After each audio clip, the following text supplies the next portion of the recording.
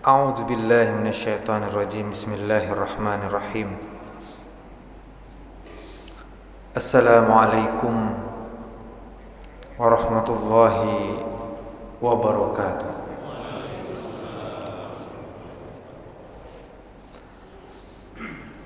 Innal hamdalillah nahmaduhu wa nasta'inuhu wa nastaghfiruh wa na'udzu billahi min sururi anfusina wa min sayyiati a'malina. May yahdihillahu fala mudilla lahu wa may yudlil fala hadiya lahu. Asyhadu an la ilaha illallah wahdahu la syarika lahu wa asyhadu anna Muhammadan abduhu wa rasuluhu la nabiyya ba'da.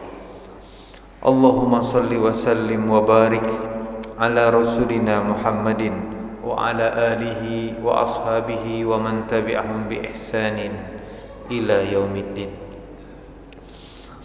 Amma ba'du, rabbi israh li sadri wa yassir li amri wa hlul 'uqdatam min lisani yafqahu qawli. Bapak-bapak, ibu-ibu, rekan-rekan jamaah salat maghrib Masjid Hajjah Nuriyah yang dimuliakan Allah, marilah kita sama-sama mengawali majelis ilmu ini dengan memanjatkan rasa syukur kita kepada Allah Subhanahu wa ta'ala. Allah yang telah melimpahkan kepada kita rahmat-Nya, Allah yang telah melimpahkan kepada kita keberkahan dari langit atas usaha-usaha kita, di rumah kita, di pekerjaan kita. Allah juga telah melimpahkan kepada kita kasih sayang-Nya yang meliputi bahkan baik yang kita sadari maupun yang tidak kita sadari, baik yang dipikirkan oleh manusia bahkan yang tidak terpikirkan olehnya. Allah Subhanahu wa ta'ala Ar-Rahman, Maha Pengasih, dan Ar-Rahim, Maha Penyayang. Maka betapa naifnya manusia ini ketika dia malah mencari kasih sayang manusia dibanding kasih sayang Allah Subhanahu wa ta'ala. Dan kita berdoa kepada Allah Subhanahu wa ta'ala supaya kita diberikan oleh Allah kebahagiaan di dunia ini dan kebahagiaan di akhirat kelak. Amin ya rabbal alamin. Salawat dan salam selalu tercurah kepada Nabi kita Muhammad sallallahu alaihi wa ala alihi wasallam. Beliau adalah uswatun hasanah, suri tauladan yang terbaik, baik dalam urusan agama, baik dalam urusan dunia, baik dalam urusan keluarga, baik dalam urusan pemerintahan, baik dalam urusan politik, baik dalam urusan ekonomi, baik dalam urusan sosial dan lain sebagainya. Nabi adalah suri tauladan. Maka dari itu kita sebagai seorang yang beragama hendaklah kita menjadikan Nabi suri tauladan. Kita harus memiliki contoh dalam hidup ini. Karena manusia yang tanpa contoh, dia akan terombang-ambing dalam menghadapi kehidupannya. Maka dari itu dia harus punya contoh.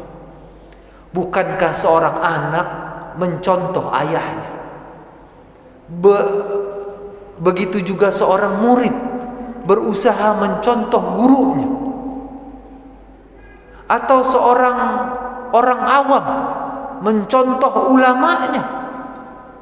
Namun di antara semua contoh di muka bumi ini, Nabi Muhammad adalah contoh yang terbaik. Maka dari itu ambillah contoh itu kalau kita menginginkan kehidupan dunia ini lebih baik. Dan kita berdoa kepada Allah, semoga kita dikelompokkan dengan sahabat-sahabat Nabi Muhammad SAW dan orang-orang soleh di surga Allah Subhanahu wa ta'ala. Amin ya rabbal alamin. Pada kesempatan kali ini ulun ingin membahas salah satu surah di dalam Al-Quran. Tepatnya adalah surah An-Nur. Surah An-Nur, yaitu surah tentang cahaya. Bapak dan Ibu sekalian yang dirahmati Allah, surah An-Nur ini diturunkan di Madinah. Isinya tentang awalnya adalah tentang hukum perzinahan.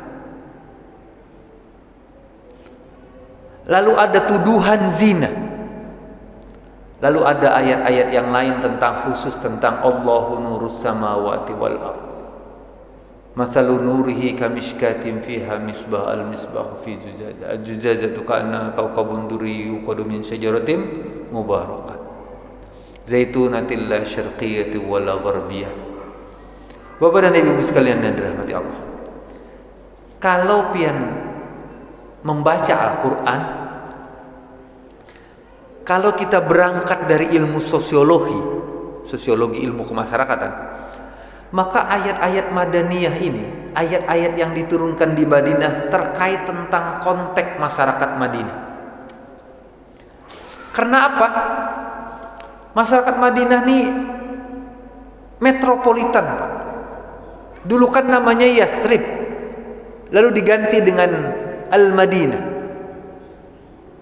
yaitu kota.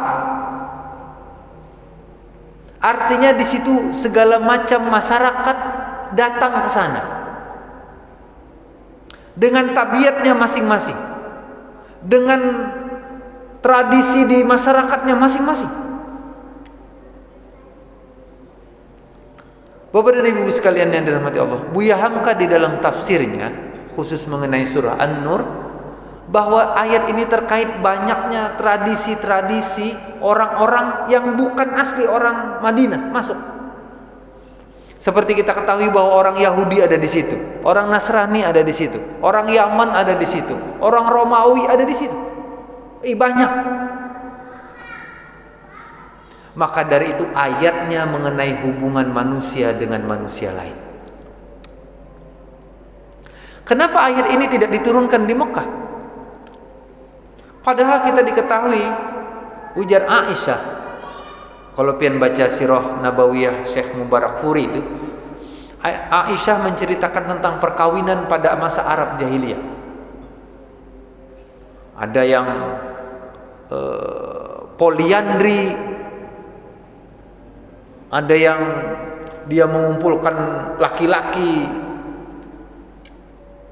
sekehendaknya, macam-macam. Tapi ayat ini diturunkan persis di Madinah karena konteks masyarakatnya yang lebih luas.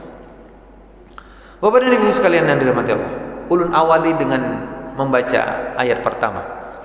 Suratun anzalnaha wa faradnaha wa anzalna fiha ayatin bayyinatin la'allakum tadhakkarun. Ini adalah satu surat. Nah, ini adalah satu surat yang kami turunkan dan kami wajibkan kalian menjalankan hukum yang ada di dalamnya. Dan kami turunkan di dalamnya ayat-ayat yang jelas agar kalian selalu mengingatnya. Jadi Allah menjelaskan bahwa ayat surah di dalam ayat di dalam surah An-Nur ini, wa faradnaha, dan kami wajibkan atas kalian untuk menjalankan apa yang ada di dalam surah. Apa lanjutannya? Az-zaniyatu waz-zani fajridu kulla wahidin minhuma mi'ata jaldah wa la ta'khudhukum bihima ra'fatun fi dinillahi in kuntum tu'minuna billahi wal yawmil akhir wal yashhad 'adzabahuma ta'ifatum minal mu'minin. Perempuan yang berzina dan laki-laki yang berzina, maka cambuklah, deralah tiap-tiap seseorang dari keduanya 100 kali dera, dan janganlah belas kasihan kepada keduanya. Lalu kalian mencegah kalian daripada menjalankan hukuman terhadap agama terhadap mereka atas tuntunan agama Allah nih. Jika kalian beriman kepada Allah dan hari akhir, hendaklah pelaksanakan hukuman mereka disaksikan oleh sekumpulan dari orang-orang yang beriman. Bapak dan Ibu sekalian yang dirahmati Allah. Ayat yang kedua ini diawali dengan az-zaniyatu, yaitu perempuan yang berzina. Pertanyaannya, apakah perzinahan itu dimulai oleh laki-laki? Ternyata ayat ini dimulai dengan perempuan. Ya kan Pak? Ya. Kenapa ayat ini tidak bicara pemerkosaan? Pemerkosaan bukan zina. Zina itu adalah hubungan suami istri di luar ikatan yang sah. Dan diawali dengan perempuan. Kenapa? Karena biasanya perempuan yang menerima duluan.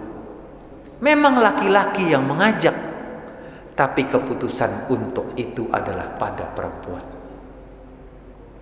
Makanya ayatnya az-zaniyah, perempuan yang berzina.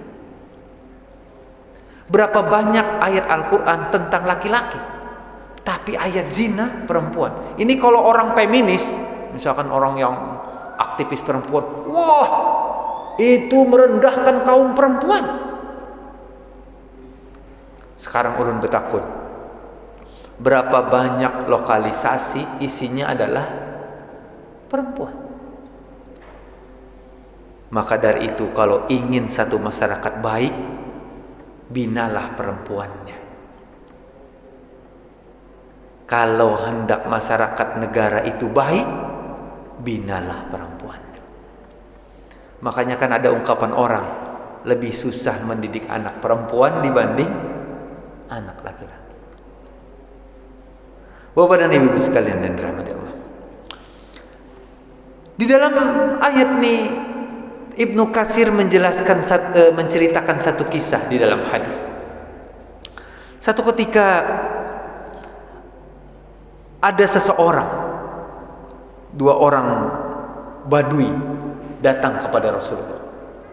Jadi ada seorang ayah dan anaknya. Lalu dia mengatakan, wahai Rasulullah, anakku ini bekerja pada orang itu, dan dia, anakku ini, berbuat zina dengan istri tuannya, istri tuan daripada anak. Jadi si anak ini berzina dengan istri tuannya. Lalu aku tebuslah anakku ini dari laki-laki itu 100 ekor kambing dan seorang budak perempuan. Kemudian aku bertanya kepada orang yang alim, dan mereka mengatakan anakku ini dikenai hukuman 100 kali dera dan diasingkan selama 1 tahun. Sedangkan istri orang tersebut dikenai hukuman rajam. Belum lanjutkan ceritanya. Orang ini penuh dengan jiwa yang besar. Dia tidak ingin perbuatan zina itu merusak moralitas keluarganya. Bahkan dia yang menghadapkan anaknya dekat dengan hukuman. Adakah di antara kita, anak kita ketahuan mencuri, lalu kita melaporkan kepada tetangga bahwa ini anak mencuri, atau anak ini sekolah, atau anak ini berbuat apa-apa? Enggak ada. Kita cenderung menutupi kesalahan-kesalahan. Di Anda ada sekolah Pak ya? Ubah orang tuanya, sekalinya anak ini memangkung kawannya, berdarah, bulik ke rumah anak, disuruh gurunya bulik ikam, bulik. Ditakunin nang abah, kenapa tong? Ulun memukul kawan ulun non kayu. Nah hebat, jago ikam nak. Amun itu contoh daripada sahabat Rasul, dia bawa anaknya kepada orang yang dipukul oleh anak. Dia minta maaf. Dia datang lagi ke sekolahan, tolong kasih sanksi anak saya. Itu top, Pak. Dan kita kadang-kadang semua ingin menutupi. Akhirnya anak kita tidak dididik dengan pendidikan yang benar. Cobalah kita sadar bagaimana sahabat Rasul ini datang meminta sanksi. Lalu Rasulullah sallallahu alaihi wasallam bersabda, "Walladzi nafsi biyadihi la aqdiyanna bainakuma bikitabillah. Al-walidatu wal ghanamu raddun 'alaika wa 'ala ibnika jaldatu mi'atu wa tagribu 'am. Waqdu ya Unais li rajulin min aslama ila imra'atin hadha fa in i'tarafat farjumha." Demi Allah, kata Rasulullah, sungguh aku akan melakukan peradilan di antara kalian berdua berdasarkan kitab Allah. Budak perempuan dan ternak kambingmu dikembalikan kepadamu. Artinya, ambillah budak tadi. Dan anak laki-lakimu dikenai hukuman 100 kali dera dan diasingkan dalam 1 tahun. Sekarang pergilah kamu. Lalu Rasulullah mengatakan, "Hai Unais," sahabat Rasulullah sallallahu alaihi wasallam, "carilah istri lelaki ini, lelaki yang tuan tadi. Tanyailah dia. Jika dia mengaku, maka rajamlah dia." Lalu ternyata Unais pun berangkat menemui istri itu dan menaiknya. Ternyata wanita itu pun mengakui perbuatannya. Lalu dia dihukum rajam. Pian tahu hukum rajam sampai seperti apa, Pak? Dilempar sampai mati. Sampai mati. Dibenamkan, dan itu disaksikan oleh orang banyak. Pertanyaannya, begitu kejamkah terlihat Islam?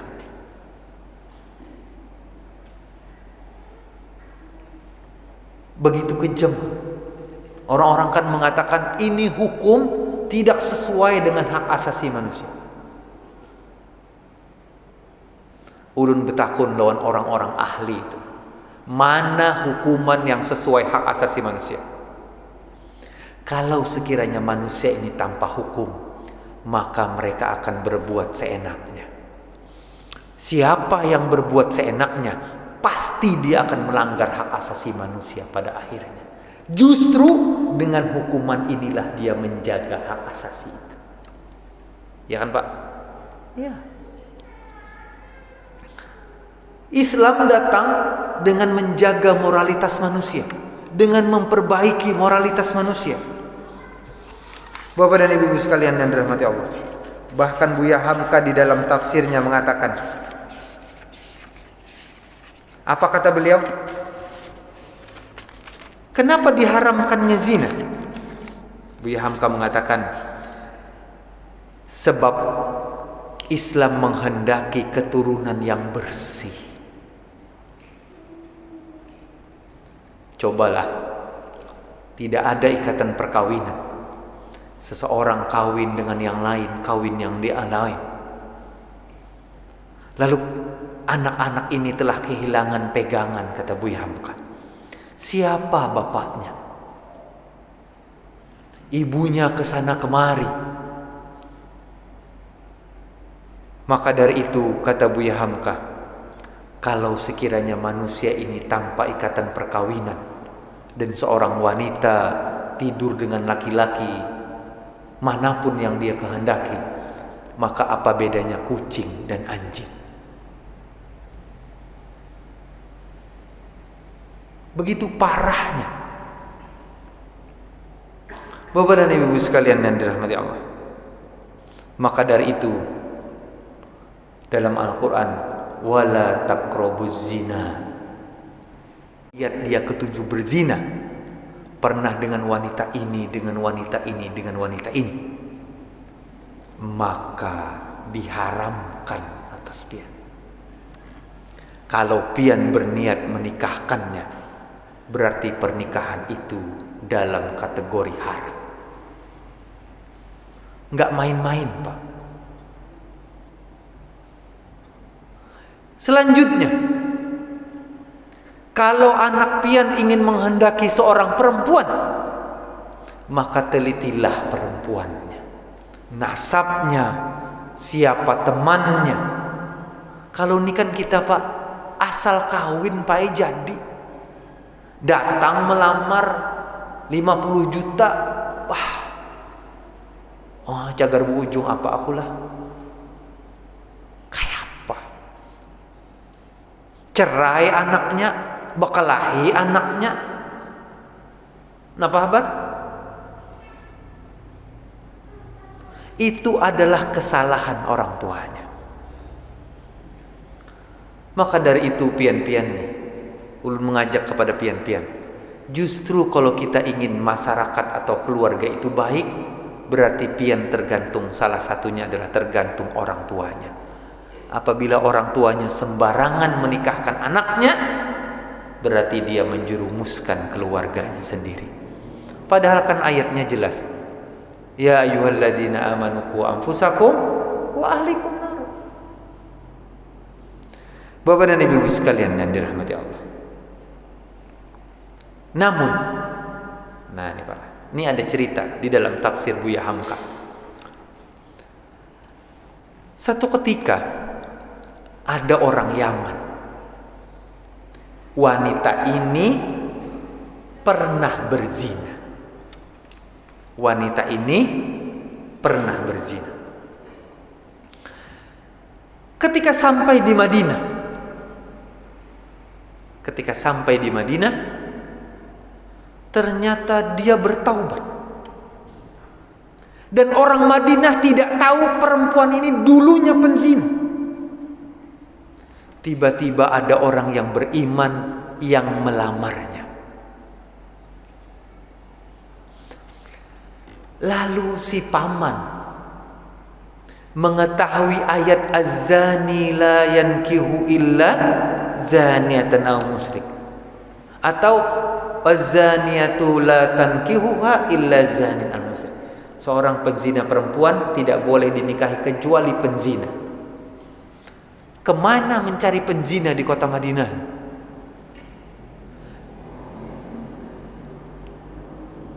Dan diharamkan bagiku membiarkan terjadi ini. Datanglah paman itu menghadap Amirul Mukminin Umar bin Khattab. Wahai Umar bin Khattab, kata Umar, ada apa? Aku punya keponakan. Dulu dia di Yaman berzina. Ketika kami pindah ke Madinah, dia bertaubat. Setelah dia bertaubat, dia bergaul dengan masyarakat. Masyarakat tidak tahu bahwa dulunya dia penzina. Dan sekarang ada yang melamarnya. Bagaimana aku?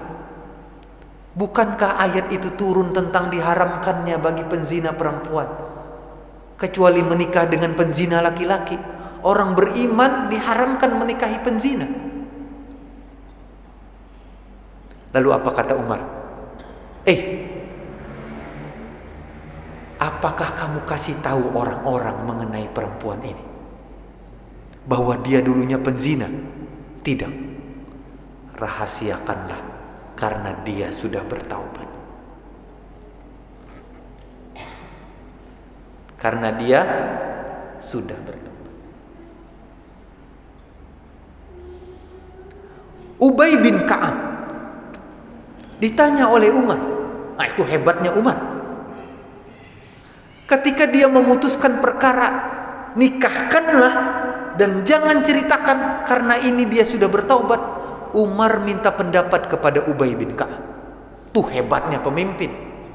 Dia ketika menetapkan kebijakan, dia tanya, apa nasihatnya? Kira-kira bujur jakah? Bujur. Kok bisa? Ubay bin Ka'ab berkata, dosa yang tidak diampuni adalah dosa syirik. Ya kan? Seseorang bisa bertaubat. Jadi Pak, kalau ada orang yang penzina, dia benar-benar bertaubat, maka sebenarnya boleh dinikahi. Karena dia bukan lagi penzina, dia adalah wanita yang mukmin soleh. Yang tidak boleh adalah dia masih dalam proses profesinya sebagai penzina.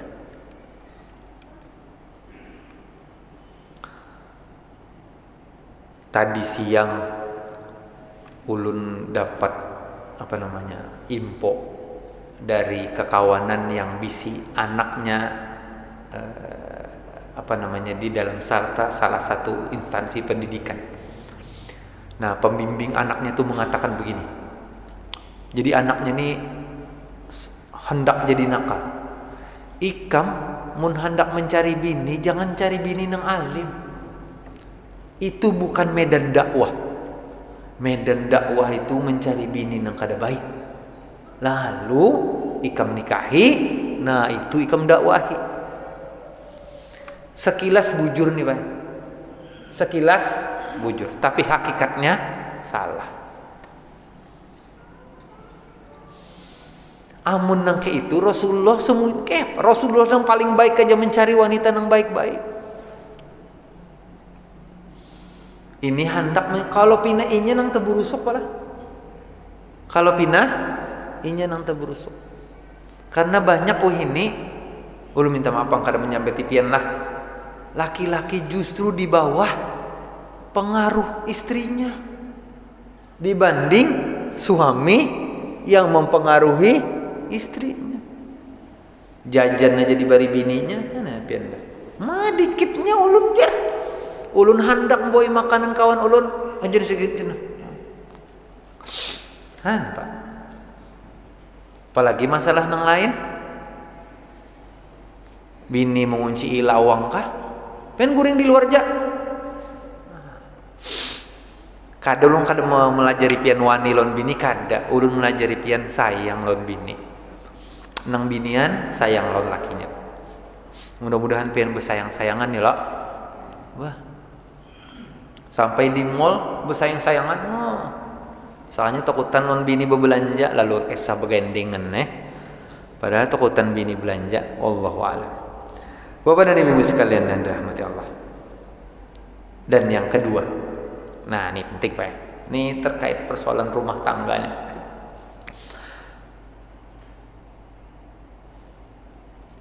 Walladzina yarmunal muhsanati summa lam ya'tu bi arba'ati syuhada fajliduhum samanina jaldah wa la taqbalu lahum syahadatan abada wa ulaika humul fasiqun illa alladzina tabu min ba'di dzalika wa aslahu fa innallaha ghafurur rahim. Walladzina yarmuna azwajahum wa lam yakun lahum syuhada'u illa anfusuhum fa syahadatu ahadim arba'atu syahadat billahi innahu laminas shadiqin. Bapak dan Ibu sekalian. Tadi terkait zina dengan penzina yang lain. Nah, sekarang terkait tentang orang yang menuduh berzina. Orang yang menuduh berzina. Bapak dan Ibu sekalian yang dirahmati Allah. Maka ada kerasaan padahal belum sampai ke ayat tentang Aisyah dituduh berzina. Satu ketika ada seorang sahabat ketika ayat ini turun, ayat yang ini pertama turun. Orang yang melemparkan tuduhan zina, dia harus mendatangkan 4 orang saksi. Kalau dia tidak mampu mendatangkan 4 orang saksi, di sini disebutkan pajliduhum samanina jalda. Cambuk orang yang menuduh itu 80 kali. Wala taqbalu lahum syahadatan abada. Jangan terima kesaksiannya selama-lamanya. Masalahnya tuduhan zina ini bukan main-main. Harus 4 orang saksi. Lalu ada sahabat yang bertanya, wahai Rasul, mungkinkah aku ketika melihat istriku berzina, aku bawa orang lain nonton. Pian nih, melihat misalkan nih, naudzubillah lah, tak, lalu nontonan, bah, ini Pak, aduh, mungkinkah itu? Seorang suami, kalau orang lain bisa jadi, misalkan ada orang berzina, lalu berarti pian nonton aurat manusia lah, tuntungakan kah dulu masih pemanasan ya, bah. Makanya susah Pak. Ulun kartahulah pian boleh cek dalam hadis. Rata-rata kisah rajam itu adalah kisah pengakuan Pak.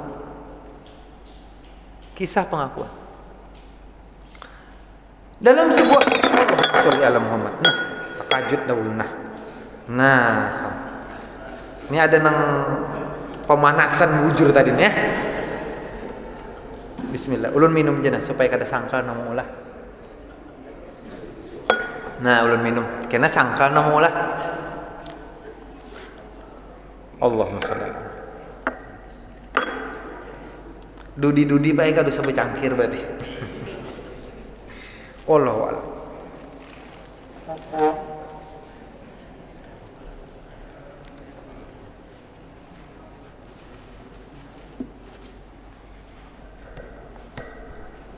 Seru-serunya nih. Pun lagi seru-serunya lah. Wallahu a'lam. Pulang sedih.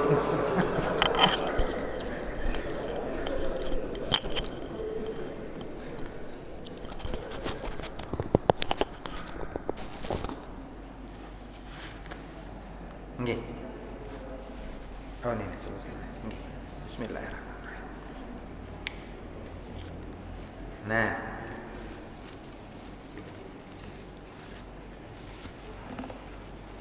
Nggih, ulun lanjutkanlah. Sampai di mana tadi? Pun sampai pemanasan lah. Nang mengulahkan teh tadi, mudah-mudahan Allah berkahi hidupnya ya Allah. Sudah ulun minum sedikit dah. Kita lanjutkan. Wahai Rasul, aku tidak mungkin membawa orang-orang untuk menyaksikan istriku. Sa'ad bin Ubadah berkata kepada Rasul, wahai Rasul, ulun kada sampat membawa 4. Itu ulun pancung lang penjinalan bini ulun tuh langsung ulun sikat aja. Kan usah bekiawan mbak 4. Ilah. Karena ayat belum turun Pak tentang seorang suami menuduh istrinya berzina. Lalu Hilal pun bin Umayyah datang, wahai Rasul, aku menyaksikan istriku berzina.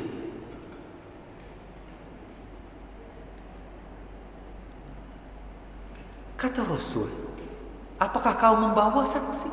Tidak, wahai Rasul. Aku bersaksi.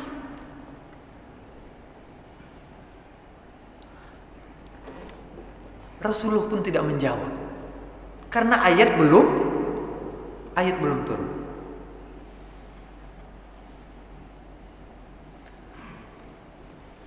Tiap hari Hilal bin Umayyah berargumentasi dan dia indahkan istrinya.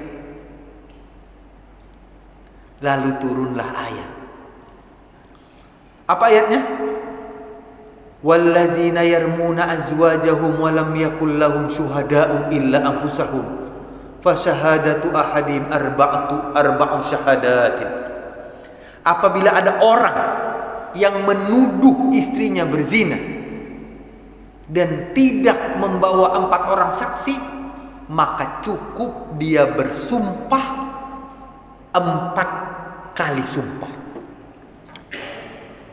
Wallahi aku melihatnya, wallahi aku menyaksikannya, Wallahi aku melihatnya dan menyaksikannya sampai 4 kali.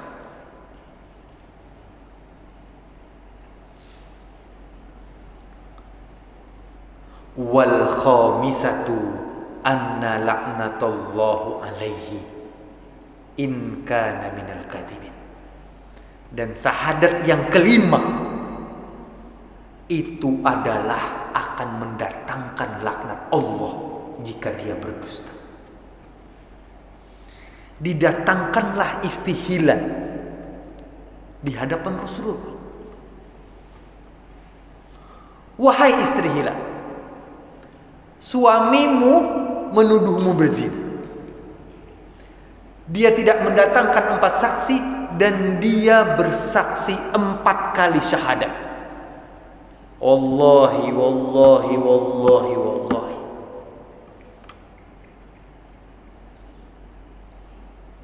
Lalu apa?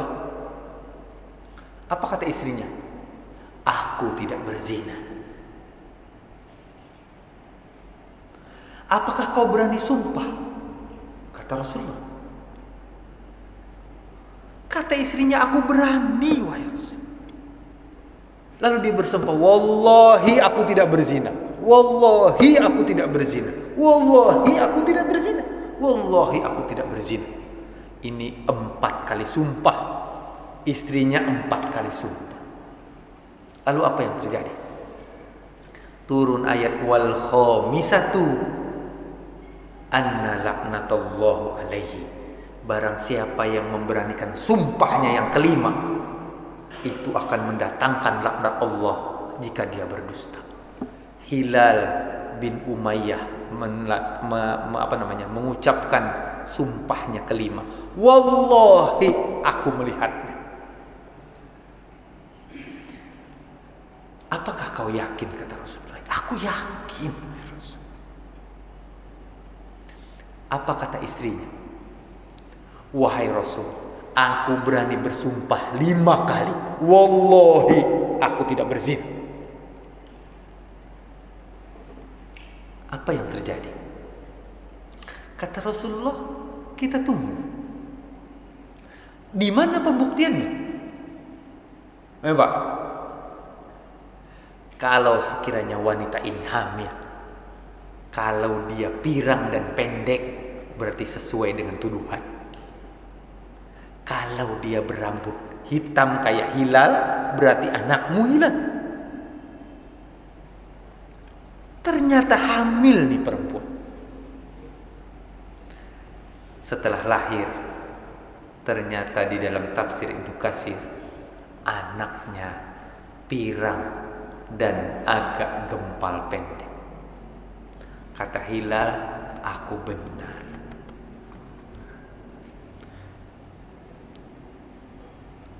Dan perempuan itu bisa jadi dirajam karena dia melakukan perzinahan. Bapak dan Ibu sekalian, tidak main-main menuduh. Apalagi ini rame itu, ikam selingkuh kah? Tuh, jangan main-main Pak. Ibu-ibu, jangan gampang menuduh suaminya berselingkuh. Bah pina bawa minyak harum bana ini di rumah, pina bawa masam kar mandi. Mun de keluar, wah aksi. Nah, minyak harum sana sini, Rexona macam-macam. Jangan buat. Pian suami jangan juga. Makanya suami dan istri saling menjaga satu sama lain. Karena perzinahan ini dimulai dari mana, Pak? Dimulai dari persetujuan. Ada hasrat, satu gayung bersambut. Amun gayung kada bersambut, pian mandi sorongan. Ya lah. Iyalah Pak, bahasa Indonesia ke gayung bersambut tuh Pak. Maksudnya adalah mandinya berdua, itu gayung bersambut. Amun gayung sorongan berarti pian mandinya sorongan. Paham jeta munang sudah tuha, paham jeta maksud ulun nih. Munang belum tuha, insyaallah kena tuha aja. Masalahnya nak gitu-gitu kada perlu belajar ya loh Pak. Ini bisa sorongan Pak. Bapak dan Ibu sekalian yang dirahmati Allah.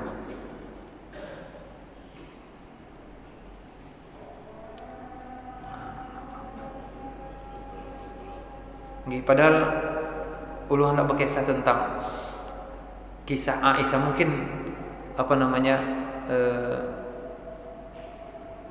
bulan depan insyaallah kalau sekiranya ulun ada kajian nih, ulun lanjutkan kisah orang yang menuduh Aisyah dengan berzina dan tentang ayat Allahu Nur Sama. Tapi ulun kasih kesimpulan dulu.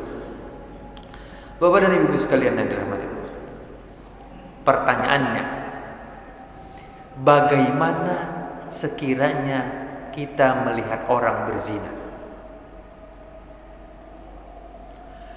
Apakah kita mendiamkannya atau kita melaporkannya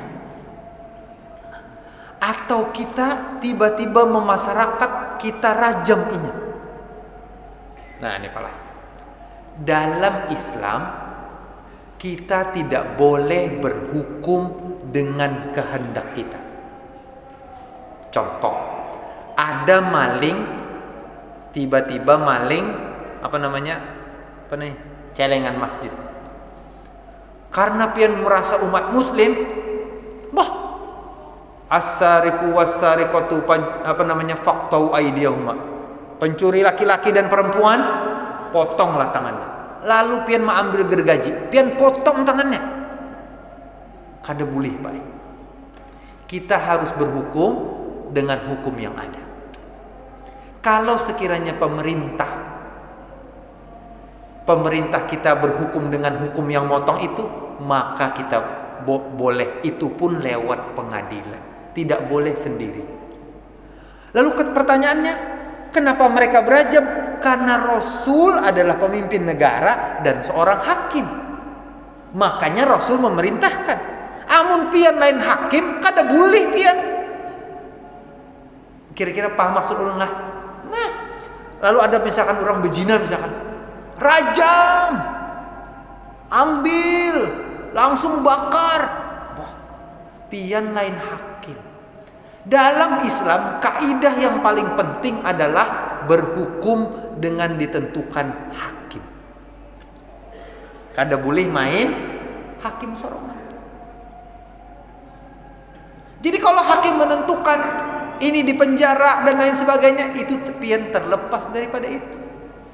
Karena hakim yang menentukan. Umar kan pernah, Pak, orang yang mencuri di masa Pancaklik, Umar tidak potong kan kisahnya tuh. Karena di masa Pancaklik kelaparan, kata Umar, salahnya aku, kata Umar. Ada yang mengatakan juga riwayat itu dipotong juga tangannya. Namun Bapak dan Ibu sekalian, itu maksud ulun bahwa segala sesuatu itu harus lewat hakim. Bolehkah murid ulun bertakun? Ada orang mengambil pulpen ulun. Bolehkah ulun ambil balik? Enggak boleh, Pak. Kenapa? Benarkah itu pulpen? Terus yang benar yang mana? Kita adukan kepada yang berwenang. Walaupun itu masalah pulpen. Karena kita tidak boleh mengambil dengan, kalau itu misalkan pulpen kita nih, lalu kita diambil oleh kawan kita ambil, itu sama maling, sama-sama maling. Maling sama-sama maling. Contoh, ini sandal pian diambil kalau Pak, masjid keredah hilang nih. Aku intai ampunku nih. Oh, ternyata inya mengambil. Oh, aku sembahyang berdahulu aja supaya aku pulang makainya. Pian maling, mengambil maling. Iya kalau Pak. Masalahnya pembuktian pian itu kemana? Itulah hebatnya hati Islam. Segala sesuatunya harus ada bukti. Bukti yang zahir. kecuali pian hadangi sidin, pian ada tandanya. Pian dengan adab yang bagus betakun non sidin. Ini sandal pian kah? Ini sandal kok? Oh sama lawan ulun leh. Anu kita lihat tipang tandanya di belakang tuh ada ngaran ulun, pas ada ngaran pian Udin. Nah, ngaran ulun Udin di KTP ulun, pian Udin juga kah? Aku Udin juga. Mah, selamat tam. Wallahu a'lam, itu Pak cerita. Tapi sebagai orang Islam kita harus berhukum dengan hukum yang benar. Kita insya Allah disambung pada kesempatan yang lain tentang cerita Aisyah yang dituduh berzina dan ayat-ayat yang pada surat Nur yang lain. Kita berdoa kepada Allah Subhanahu wa taala. Semoga Allah menghindarkan kita, istri kita, anak kita daripada dosa besar zina ini. Dan dosa besar syirik, membunuh, minum khamar dan lain sebagainya. Dosa besar maupun dosa kecil. Semoga Allah menetapkan hati kita dan hati istri dan anak-anak kita dan keluarga kita hati yang selalu taat kepada Allah dan Rasulnya. Amin ya rabbal alamin. Semoga Allah mengampuni dosa-dosa kita dan dosa-dosa orang tua kita. Kita tutup dengan kafaratul majlis. Subhanakallah wa bihamdika asyhadu an la ilaha illa anta astaghfiruka wa atubu ilaik. Assalamualaikum warahmatullahi wabarakatuh.